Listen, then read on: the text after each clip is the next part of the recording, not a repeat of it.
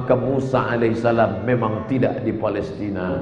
Musa jauh di sana. Dia di Mesir, Afrika Utara. Madinah kiri, Mesir atas, Palestina. Dia lahir di Mesir.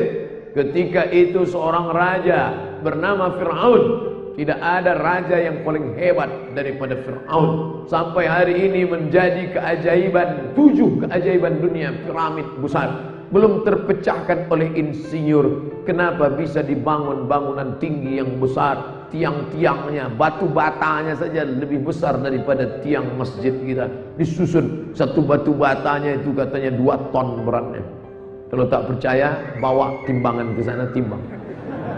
Bisa dibangun mereka. Tinggi bangunan piramid itu luar biasa. Tapi kejamnya Fir'aun juga luar biasa. Yudzabbihuna abna'ahum, anak laki-laki, wa yastahyuna nisa'ahum, anak perempuan biarkan hidup. Tapi kalau anak laki-laki harus dihabisi. Gara-garanya apa? Ternyata raja yang perkasa itu takut dengan mimpi. Suatu malam dia bermimpi, dia lihat ada anak laki-laki, bayi kecil menarik mahkota kerajaannya. Habis itu dia bangun, dia kumpulkan semua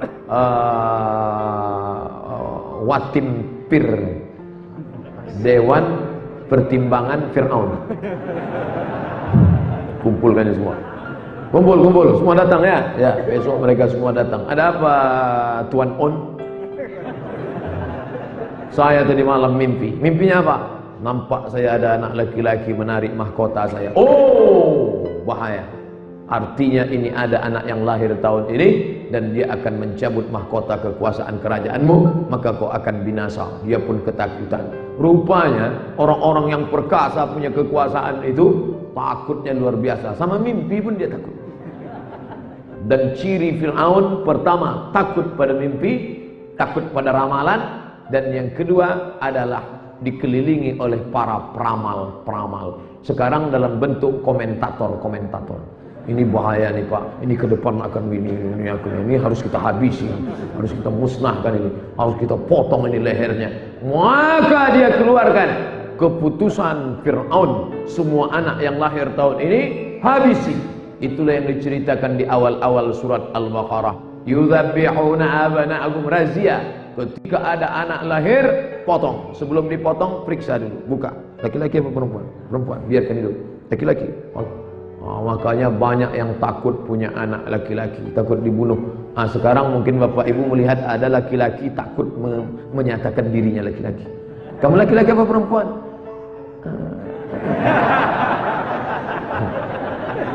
Be a man, jadilah laki-laki. Ini jakun ada, badan berotot, tapi melambai. Kok kenapa? Aku takut disembelih Fir'aun. Maka siapa saja yang laki-laki potong. Begitu indahnya skenario Allah Subhanahu wa taala. Ada satu perempuan melahirkan anak, nama perempuan ini Yohanes. Apa kata Allah? Wa au'aina ila ummi Musa, kami ilhamkan kepada Yohanes ibu Musa, fa in khifti alaihi, kalau kau takut anakmu nanti ditangkap oleh Fir'aun, disembelihnya, fa alqi fil yammi, hanyutkan dia fil yammi. Yammi itu artinya sungai. Sekarang orang mau makan yammi. Fa alqihi fil yammi, kau hanyutkan dia ke sungai. La takhafi, jangan kau takut. Wala tahzani, jangan kau sedih. Don't be sad. Inna radduhu ilaiki, nanti kami akan kembalikan anak itu kepadamu. Waja'iluhu minal mursalin, kami akan jadikan dia sebagai rasul utusan kami. Maka dia letakkanlah anak itu, sebelum dia hanyutkan, ardi'ihi, susukan anakmu. Disusukannya lah anaknya. Itulah makanya ibu-ibu yang mau naik pesawat, ini bayi tidak boleh naik pesawat. Gitu Pak Dokter ya. Nanti gendang telinganya rusak, nanti tidak stabil. Tapi kalau sudah sekian bulan boleh, dengan syarat apa? Saat take off anak itu disusukan, dipeluk ibunya dalam keadaan tenang, maka tidak berpengaruh jiwanya, detak jantungnya normal. Ibu-ibu bawa bayi dipeluknya anak itu, maka pesawat anaknya tenang, bapaknya pula tak tenang. Asik menengok pramugari. Lalu kemudian setelah disusukannya anaknya tenang, anak itu pun diletakkannya ke dalam kotak kayu, dihanyutkannya ke sungai Nil. Asbaha fuadu ummi Musa farigha. Setelah dihanyutkannya anaknya itu, hatinya hampa. Tak ada lagi makan, tak kenyang, tidur, tak lelap memikirkan anaknya. Tapi Allah sudah menenangkan hatinya. La takhafi, jangan kau takut. Ibu-ibu yang sedang mengirimkan anak ke pondok pesantren, la takhafi, jangan kau takut. Wala tahzani, jangan kau sedih. Apalagi sekarang sudah bisa nelpon. Sedangkan Yohanes waktu itu belum ada GPRS. Dia tak tahu posisi anak sedang berada di mana. Dia tawakal kepada Allah. La haula wala quwata illa billah. Lepaskan, hanyutkan anak ke sungai Nil. Dipukul ombak, dihempas gelombang. Andai dikunyah kuda Nil waktu itu. Tahu sendiri gigi kuda Nil sebesar ini. Tapi Allah mau menyelamatkan dia. Ternyata kuda Nil tidak membunuh Nabi Allah. Fir'aun saja yang mau membunuh Nabi Allah. Maka lepaslah dia. Kemana lepasnya? Rupanya pergilah kotak kayu itu ke tempat pemandian istri Fir'aun. La ilaha illallah Muhammadur Rasulullah. Itu yang ditakuti, itu pula yang datang. Asiyah bersama dayang-dayang di tepi sungai Nil melihat ada kotak kayu. Wahai pengawal, apa itu kotak kayu? Aneh. Ketika mereka berenang menarik kotak kayu ke tepian sungai Nil, mereka lihat ada sesosok bayi. Asiyah selama ini tak punya anak. Allah jaga rahim Asiyah, tidak berkembang benih Fir'aun yang zalim, yang jahat di dalam rahim Asiyah. Allah berikan dia anak tanpa mengandung. Ada orang mengandung 9 bulan 10 hari, disusukan anak 2 tahun, begitu lahir anak durhaka. Tapi Asiyah tak pernah mengandung, tak pernah menyusukan, tapi punya anak yang soleh. Itulah dia Musa alaihissalam. Bawa dia ke istana. Ini anak yang kurindukan selama ini. Memanglah aku sudah lama menunggu menantikan dia. Maka ibu-ibu yang punya anak asuh, katakan kepada anakmu, anakku, kau tidak lahir dari rahimku, tapi kau lahir dari hatiku. Maka kata si anak, amazing my mother. Lalu si anak pun dibawa ke istana. Sampai di istana, suaminya yang ketakutan menengok sesosok bayi. Inilah agaknya anak yang kulihat dalam mimpiku. Ini dia, ini dia, ini dia, ini dia. Tapi dia biarkan besar, dia biarkan besar. Lalu kemudian anak ini menangis, siang malam menangis karena haus. Diadakanlah musabaqah ibu susu nasional. Siapa saja ibu-ibu yang bisa menyusukan anak ini dalam keadaan anak ini bisa diam, maka dia akan diangkat menjadi ibu susu dan tinggal di istana. Peserta nomor 1. Begitu disusukan, out. Peserta, tiba-tiba datang ibu kandungnya. Allah mempertemukan langkah rezeki pertemuan maut. Jangan risau dengan perpisahan. Jangan pula risau dengan pertemuan, karena itu sudah ditetapkan Allah. Sampai masanya ibu kandungnya ikut antrian, satu pun tak tahu. Silakan ibu. Disusukannya, anak itu pun diam. Uniknya anak bayi, dia bisa membedakan mana ibu kandung, mana ibu tiri. Uniknya anak bayi, dia tak pernah kursus menyusu, tapi dia bisa tahu mana bapaknya, mana ibunya. Kalau tak percaya, bapak yang punya anak kecil pulang dari sini, ambil, coba susukan. Pasti dia tak mau. Dia tahu. Lalu kemudian diam. Allah pertemukan. Terbukti janji Allah. Inna raddu ilaiki. Kau hanyutkan saja dia ke sungai Nil. Nanti kami akan kembalikan dia kepadamu. Waja'iluhu minal mursalin. Kami akan jadikan dia Rasul. Maka yang menyusukan Musa, ibu kandungnya sendiri, sampai akhirnya dia besar, sampai akhirnya dia merangkak. Saat itu Fir'aun melihat dia tetap risau, inilah dia, inilah dia, inilah. Lalu dia katakan, oh Aisyah, ya, ini nampaknya anak ini yang akan merebut kekuasaanku. Tidak, ini anakku, kata Aisyah. Tapi aku tetap risau. Kalau begitu kita tes dia, fit and proper test. Kita letakkan api, kita letakkan roti. Kalau nanti dia ngambil roti, inilah dia. Dia kita pancung ya. Oke, aku setuju. Tapi kalau nanti dia mengambil api, maka berarti dia anak kecil yang tak tahu apa-apa. Oke, maka diadakanlah tes. Maka jadi yang suka ngetes nih Fir'aun. Dites nih. Ini orang anti NKRI ya tuh. Nah, ini kita tes. Kita tes dulu. Lalu kemudian dites lah. Lalu kemudian tangannya sudah mau mengambil roti. Karena setan menggiring tangan Musa mau ngambil roti, disitulah datang malaikat menolong, diambilnya api, diletakkannya ke lidahnya, luka lidahnya sedikit. Maka ngomongnya pun kurang jelas. Makanya ketika dia akan menghadap Fir'aun, dia berdoa, Rabbi syrahli sadri, lapangkan dadaku karena aku akan menghadap Fir'aun. Wa yassirli amri, mudahkan urusanku supaya aku jangan susah dalam perjalanan. Wahlul uqdatan min lisani, hilangkan kendala yang ada pada lidahku.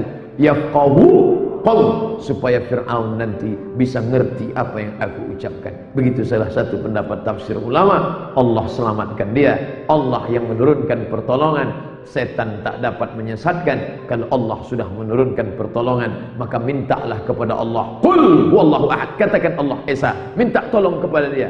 Allahu, mentang-mentang nama dia diulang terus. Di mana Muhammad sallallahu alaihi wasallam hijrah? Palestina. Kemana dia menghadap awal salat? Palestina. Di mana lahirnya dan dibesarkannya Isa? Palestina. Lalu bagaimana dengan Musa? Apa hubungan Musa? Allah memerintahkan Musa membawa keturunan Nabi Ishak yang ada di Mesir, yang tertekan oleh Fir'aun. Bawa keturunan Ishak ini menyeberang ke bumi Palestina. Berapa orang yang dia bawa menyeberang Laut Merah itu? 600.000 orang. Begitu disebutkan dalam kitab tafsir. 600.000 orang dipukulkannya tongkatnya. Pukulkan tongkatmu hai Musa. Maka Musa pun memukulkan tongkatnya. Famfalaqa, terbelah laut itu. Kattaudil azim, seperti tembok bukit yang tinggi. Dia pun menyeberang. Ketika dia sudah sampai ke ujung, pasukan Fir'aun ikut di belakang. Saat itu menyatu lagi ombak besar, tenggelamlah dia di Laut Merah. Sampai sekarang orang Mesir meyakini, katanya di Laut Merah itu nanti ada gelombang besar. Disitulah tempat tenggelamnya Fir'aun. Saya kebetulan naik kapal laut Wadi Nil dari Kairo, naik mobil keterusan Suez, dari Suez terus Laut Merah menuju Jeddah. Abu Somad, ya, kemarin waktu naik kapal di Laut Merah, di mana terasa gelombang yang paling besar? 2 hari 2 malam perasaan besar terus. Mereka meyakini situlah tenggelamnya. Kita tak penting dia tenggelam di mana, yang penting dia perjuangan luar biasa sampai akhirnya Fir'aun itu mati. Kematian Fir'aun sangat memalukan. Mati dalam keadaan tersedak. Mati. Masuk cairan ke dalam paru-parunya. Kita tidak mungkin air masuk ke paru-paru, karena setiap air masuk kita pasti bersin. Andai orang sambil minum ngobrol, tapi Fir'aun apa boleh buat? Masuk air garam. Sedangkan masuk ke tenggorokan saja air garam sakitnya luar biasa. Masuk ke dalam paru-parunya dan akhirnya dia pun mati. Al-yawma, hari ini, nunajjika, kami selamatkan engkau Fir'aun, bibadanika, badanmu kami selamatkan, tidak hancur dimakan ikan paus, tidak hancur busuk, karena diambil di pantai, mereka bersihkan, jadilah dia mumi Fir'aun. Dan ada filmnya, Mumi Return. Biasa, Dia terbujur kaku sekarang di Museum Tahrir Square di tepi sungai Nil, Kairo. Mata melotot. Lalu kemudian saya pun melihat dengan mata kepala bagaimana Fir'aun. Di mana letak Fir'aun? Di atas. Hebatnya Fir'aun, sudah mati pun tetap juga tinggi di atas. Bapak yang di atas yang tersinggung. Saya jalan-jalan di bawah, jalan-jalan, mana letaknya? Di atas. Begitu saya mau naik, di mana ruangannya? Di atas. Begitu sampai di pintu, bergetar jiwa saya. Kenapa? Melihat tulisan bayar 100 pound. Ternyata mau jumpa Fir'aun bayar wanipir. Ambil duit, beli tiket, masuk ke dalam. Sampai di dalam, dia sudah menyambut di pintu dalam kotak kaca. Saya melihat, saya baca ayat kursi Allahul Qayyum. Oh, takut ada hantu-hantu, jin-jin, setannya. Inilah ternyata yang menyembelih anak kecil. Dulu kau Fir'aun menyembelih anak kecil. Sekarang anak-anak kecil lari-lari di keliling. Anak kecil lari-lari, anak-anak bule itu.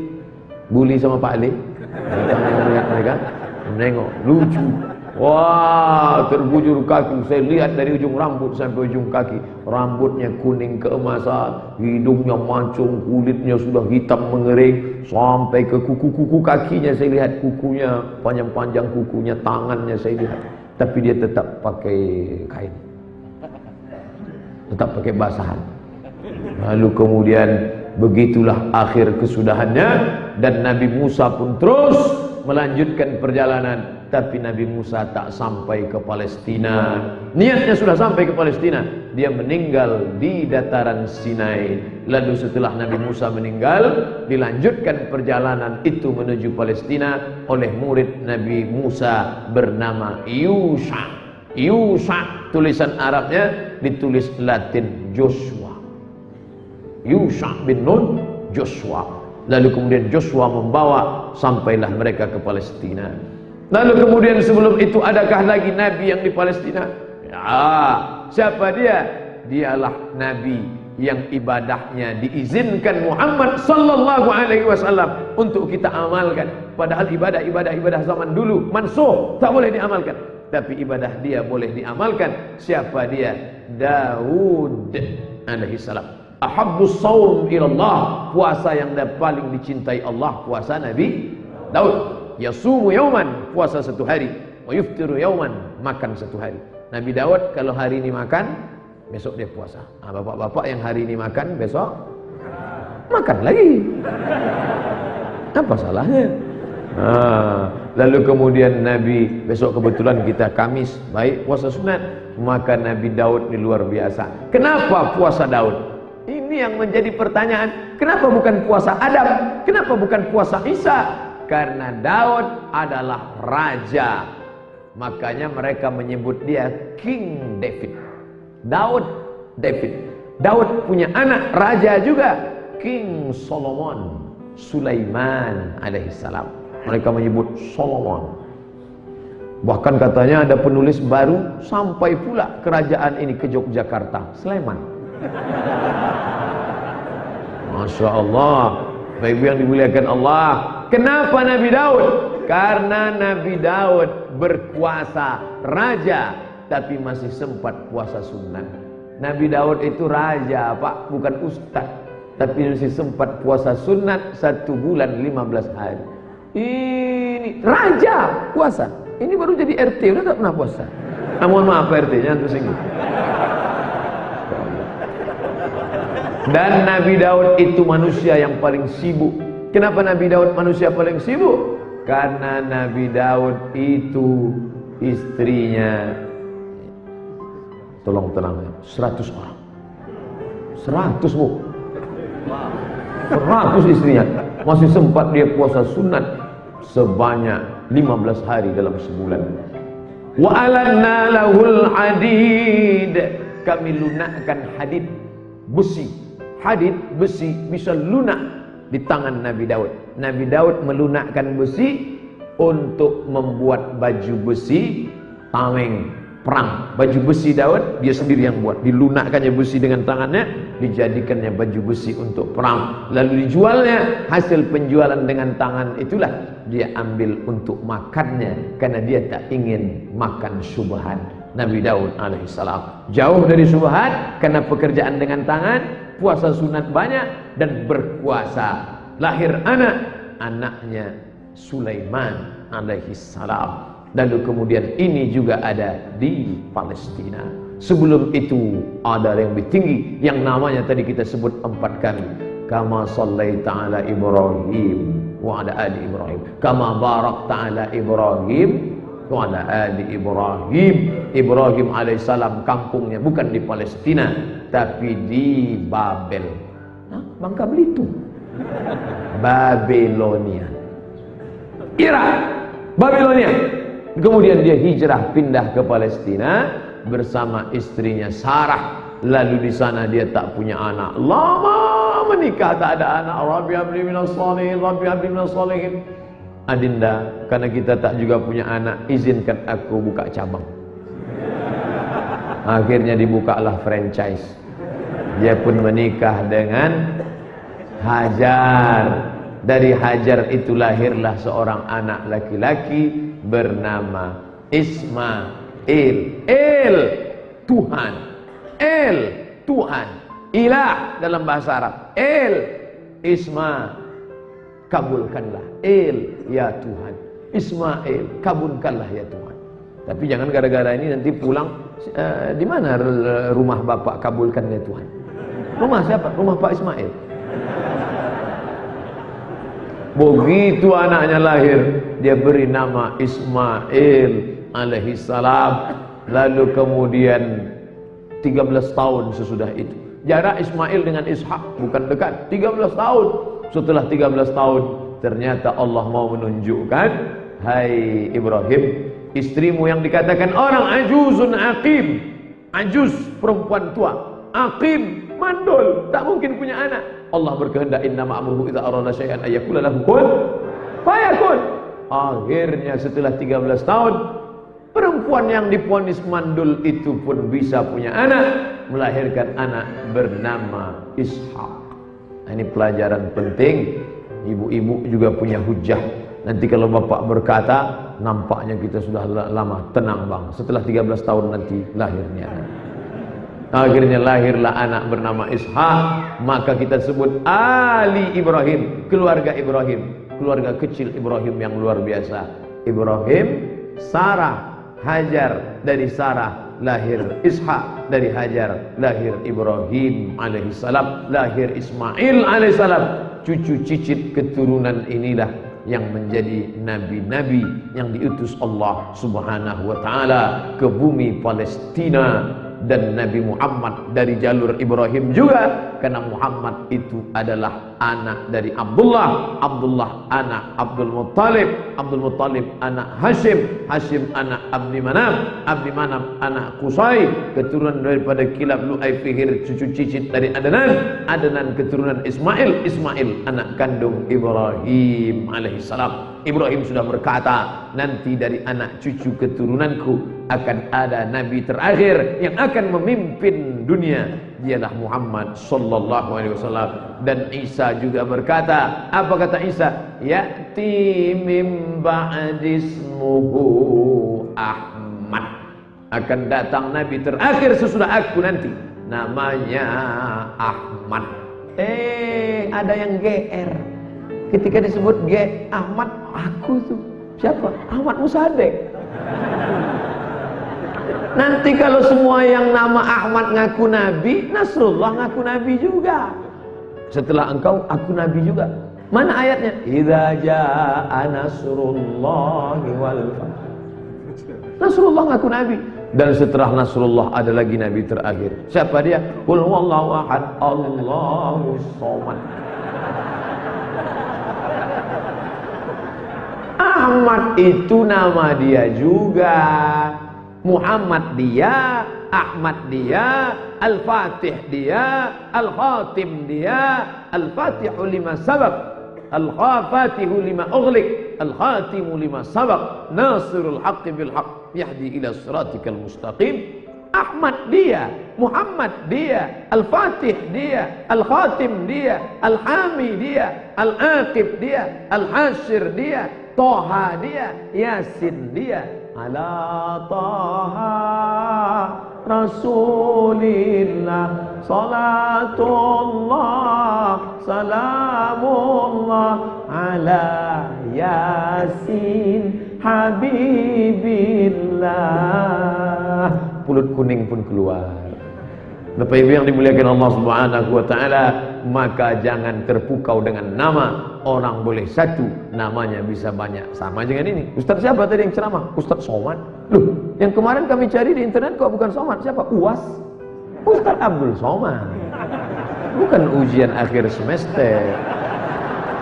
Bapak Ibu yang dimuliakan Allah Subhanahu wa taala, saya ingin menceritakan inilah makna ungkapan firman Allah, Allazi barakna haulah. Kami berkahi sekeliling Palestina karena di sana bumi para nabi. Ibrahim hijrah ke sana, Isa di sana, Musa pindah ke sana, Muhammad sallallahu alaihi wasallam menghadap ke sana, bumi yang penuh berkah. Jadi kalau ada orang hari ini nulis di koran, Twitter, nge-tweet, tulis update status, kita tidak ada hubungan apa-apa dengan Palestina, nggak usah terlalu repot dengan Palestina, ini kepalanya bengkok.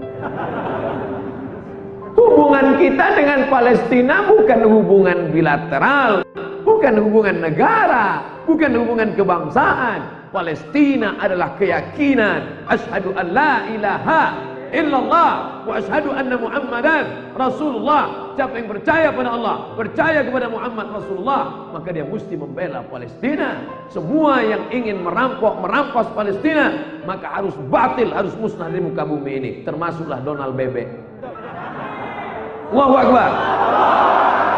Nanti kalau ada anak-anak muda kita turun ke jalan, biro, bidam, nufkirya, Allahu Akbar, Allahu Akbar. Datang bapak-bapak bawa mobil. Apanya anak-anak repot-repot Palestina?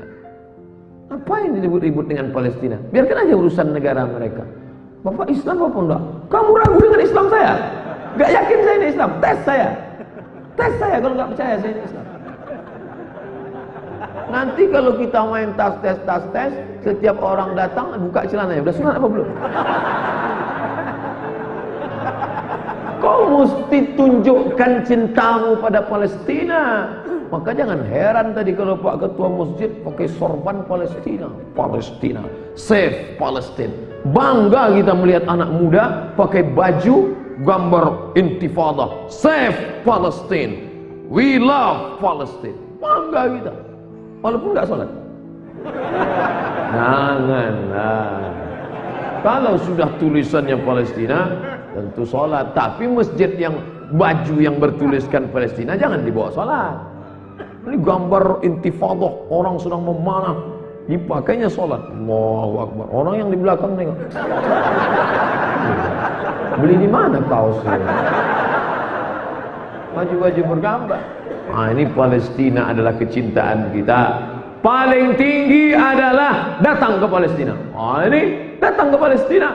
Yang punya duit pergi umrah. Sebelum pergi umrah atau setelah umrah ke Palestina, tunjukkan bahwa kita cinta Palestina. Setelah melihat Palestina dengan mata kepala sendiri, Pak Ustaz, akhirnya suami saya itu pulang, semangatnya luar biasa. Allahu Akbar. Mudah-mudahan kita diberikan rezeki sehingga bisa ke Palestina insyaallah. Tuh, mesti bapak yang nanam sawit, yang nanam karet, niat di awal. Aku nanti kalau ini tumbuh, aku mau Palestina, aku mau ke Palestina, aku mau ke Palestina, aku mau ke Palestina. Pas mendodos sawit, aku mau ke Palestina, aku mau ke Palestina. Gitu. Ketika dapat rezeki, bawa anak-anak, tunjukkan kepada dunia, inilah Palestina, kami cinta Palestina. Foto di sana, like and share. Save Palestine, save Palestine. Begitu. Sekarang bule-bule orang barat saja unjuk rasa di jalan. Betul? Mereka selamatkan Palestina paling tinggi. Tapi jangan sampai saya mau ikut perang melawan Israel. Belum tentu sanggup. Memang sanggup. Saya tidak ingin nanti membaca radar Lampung. 3 orang Lampung terdampar di Palestina. Bukannya menghabisi Yahudi malah terdampar karena nggak dapat lontong sayur. Memalukan. Nah, yang bawah kirim bantuan uang. Berapa duit? Di sini banyak anak yatim, orang susah. Bagi dua. 100.000 di sini, 100 di sana. Cuman 100 Pak Ustaz, 50 di sini, kirimkan ke sana. Man jahaza ghazian faqad ghaza. Siapa yang mempersiapkan bantuan untuk perang, maka dia dapat pahala perang walaupun dia tak ikut perang. Allahu Akbar. Makanya biasanya kalau acara itu, begitu saya katakan tolong Palestina, keluar kotak langsung. Kota Palestina keluar kota. Berapa kota yang keluar Pak? Ada 10 Pak Ustaz. Tolong kawal, jangan sampai pulang 5. Satu orang bertanggung jawab bawa. Udah agak jauh, tarik.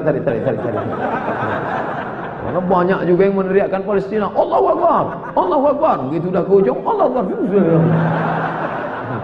Rupanya KW punya. Banyak yang KW sekarang. Lalu saya nggak sanggup Pak Ustaz, mau ke Palestina nggak sanggup, mau ngasih duit juga nggak sanggup Pak Ustaz. Saya kalau diajak iktikaf insya Allah, kalau diajak dengarkan ceramah hujan-hujan insya Allah. Tapi kalau udah keluar duit nih Pak Ustaz, kalau teriak Pak Ustaz, Allahu Akbar, Allahu Akbar, tapi begitu keluar duit tak bisa. Oke, yang paling rendah doa. Angkat doa. Saya belum pernah, setiap khutbah belum pernah saya tinggalkan. Kalau khutbah Jumat saya tetap Allahumma ansur ikhwanana al-mujahidina fi Palestin. Amin. Amin. Gitu jemaah. Apa yang kau tangiskan tadi? Ustaz Somad doa untuk Palestina. Ustaz Somad berdoa untuk Palestina. Emang kau ngerti bahasa Arab? Enggak. Terus Palestin kata dia. Palestin itu pasti Palestina. Oh. Masya Allah. Nah, kalau saya diminta sholat jadi imam, saya memang menolak. Saya takut khawatir menimbulkan fitnah. Ini saya tak tahu masjid ini bismillahnya sir apa jahar. Sementara saya di masjid dekat rumah saya jahar. Bismillahirrahmanirrahim. Alhamdulillahi rabbil alamin. Ar-Rahmanir-Rahim. Itu saya tunjukkan bahwa saya bisa jadi imam. Enggak bisa jadi imam. Alah, Ustaz Somad itu ceramah aja. Setiap jadi imam bisa. Cuma saya tak mau menimbulkan fitnah. Tiba-tiba saya baca jahar. Bismillahirrahmanirrahim. Selesai sholat orang marah. Ustaz, masjid ini bismillahnya sir. Ini kan masjid Muhammadiyah. Alhamdulillahirabbil alamin. Saya tak tahu masjid ini pakai kunut apa enggak.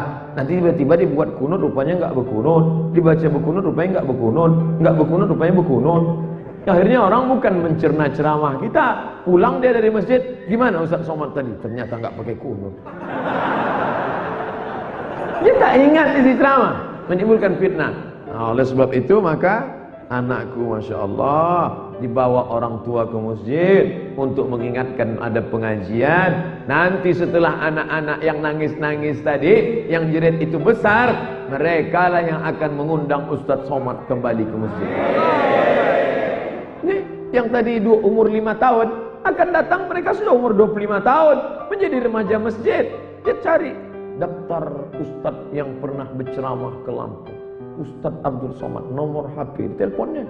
Assalamualaikum. Waalaikumsalam.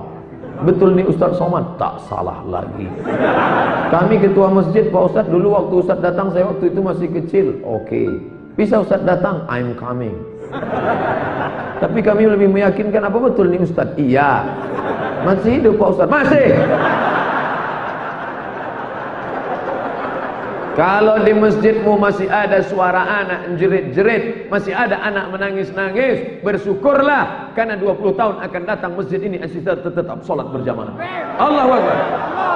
Kalau sholat subuhnya seperti sholat Jumat, disitulah tentara Israel terkencing-kencing pakai pampers. Mati tentara Israel ketika diperiksa, ternyata mereka pakai pampers. mencret dia. Beda sama orang Islam. Orang Islam tak pernah takut mati. Iskariman au mut syahidan. Allahu Akbar. Ibu-ibu yang salat tahajud malam, jangan lupa doa. Allahumma ansur ikhwanana al-mujahidin al-mazlumin fi Palestin. Saya nggak bisa bahasa Arab Pak Ustaz, bahasa Indonesia. Ya Allah, tolonglah saudaraku yang di Palestina, berikan dia kelapangan hati. Dia adalah saudara-saudara kami ya Allah. Ajak anak-anak doa ya. Oh, jadi doa boleh pakai bahasa Indonesia? Boleh. Yang nggak boleh itu salat pakai bahasa Indonesia, itu tak boleh. Allahu Akbar kabiro, engkau maha besar ya Allah. Batal salat. Kalau doa apa salahnya? Silakan doa pakai bahasa Indonesia. Ya Allah, ini anakku kuliah di Jakarta, aku takut dia berzina, jangan sampai dia narkoba, jangan sampai dia dilarikan orang, jangan sampai kena hipnotis, jangan sampai dia berzina, jangan sampai dia pacaran. Kalau bisa cepatlah pulang, IP-nya 4 honor nggak apa-apa, tapi yang lama-lama. Hanya saja kalau doa itu sifatnya pribadi, jangan dibaca kuat-kuat, apalagi di masjid dekat teman sebelah. Ya Allah, suamiku sering keluar kota, aku khawatir dia selingkuh. Jadi tanya kawan sebelah, sama siapa?